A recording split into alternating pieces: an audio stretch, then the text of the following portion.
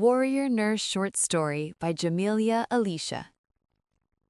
Walking into the city was like walking into a crowded village of people, yet it felt as if a group of people were ambushing her toward the hospital building. This will not be an easy morning.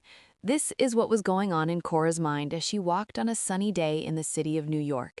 It was coming up to the summer season and spring was ending in the middle of June.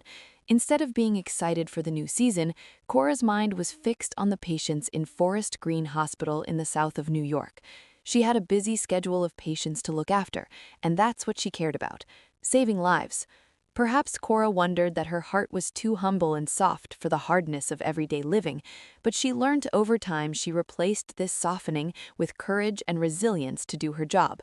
Cora did not just help patients, she was a nurse who helped doctors as well. Her invisibility was her strength because she was not made to be seen, she was made to be behind the scenes of what was happening in the hospital, and that was her weapon. She turned that weapon into a skill of becoming an apprentice nurse in the Forest Green Hospital. Her silence was sometimes disguised as a rebellious act of kindness, replaced by actions rather than words. Cora did not speak. She remained in hibernation among the nurses in the building, not as a sign of cowardice, but a sign of hard work and maturity. At the age of 23, she already knew the meaning of hard work and teamwork, which did not come to her as fear, but as a new way to survive in the working world. Cora at times felt like lying next to fear, and other times she embraced arms with endurance because no one wanted to admit the word death, because many have survived. She worked through the day with resilience, never looking back, and that was the power of being young, not looking back on life because life was too short. A lesson learned at her time working in the hospital is to take each day as it comes, because you do not know what the state of each patient will be like. Cora sometimes wondered if in her job she would find the answer she was looking for in incurable diseases, and that was a challenge.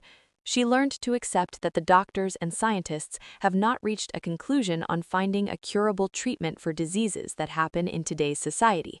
That was healing, knowing you can't be God in every situation, and you can only be an angel for God on earth.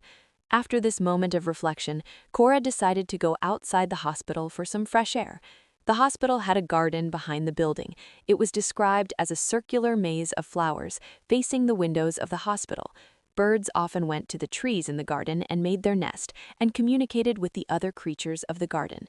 She did not speak, but allowed her breath to follow the rhythm of the stream of water from the bird bath.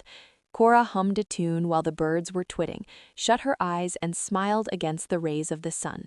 It was a warm spring afternoon, and she decided to let